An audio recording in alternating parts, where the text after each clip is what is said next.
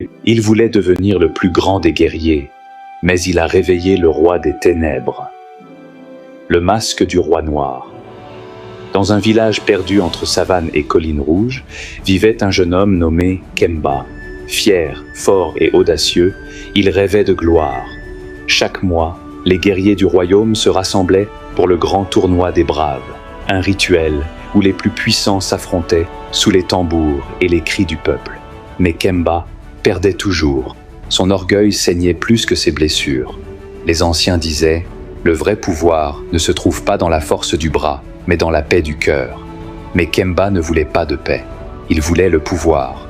Une nuit où la lune se cachait derrière les nuages, il erra jusqu'à la lisière interdite du village. Là-bas, au fond d'un vieux sanctuaire, dormait le masque maudit. Un masque noir sculpté dans un bois ancien, orné d'or terni et de dents d'ivoire.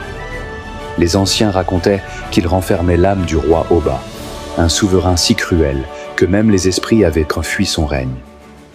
Nul n'avait jamais osé s'en approcher. Mais cette nuit-là, la colère de Kemba était plus forte que la peur. Il prit le masque, et dans le silence de la nuit, il le posa sur son visage. Alors, le vent se leva. Les tambours se mirent à battre tout seuls, quelque part dans le noir. Le sol trembla, le masque hurla.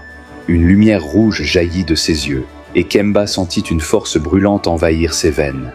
Il voulut arracher le masque, mais il était trop tard. Le bois s'enfonça dans sa chair, les symboles s'allumèrent, et une voix étrangère résonna dans sa tête. « Ton corps est mien désormais. » Le lendemain, le village entendit des cris. Kemba, ou ce qu'il était devenu, marcha vers l'arène. Sa peau semblait faite d'ombre. Ses yeux luisaient comme le feu des ancêtres. D'un seul geste, il terrassa tous les guerriers du royaume. Même les plus sages, même les plus forts tombèrent. Ce n'était plus Kemba, c'était le roi Oba revenu. Les anciens, unis par la peur et le devoir, invoquèrent les esprits de la terre et du ciel. Une pluie de feu tomba sur la plaine. Les racines des arbres se levèrent comme des serpents pour emprisonner le démon.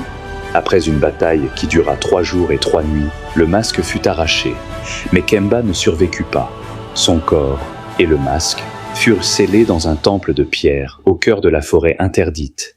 Les anciens murmurèrent « Le pouvoir est une flamme. Celui qui la saisit sans sagesse s'y consume. » Aujourd'hui encore, les conteurs disent qu'à certaines nuits sans lune, on entend les tambours du tournoi résonner dans le vent, et la voix du roi noir chuchoter « Donne-moi ton visage, et je te donnerai ma puissance. »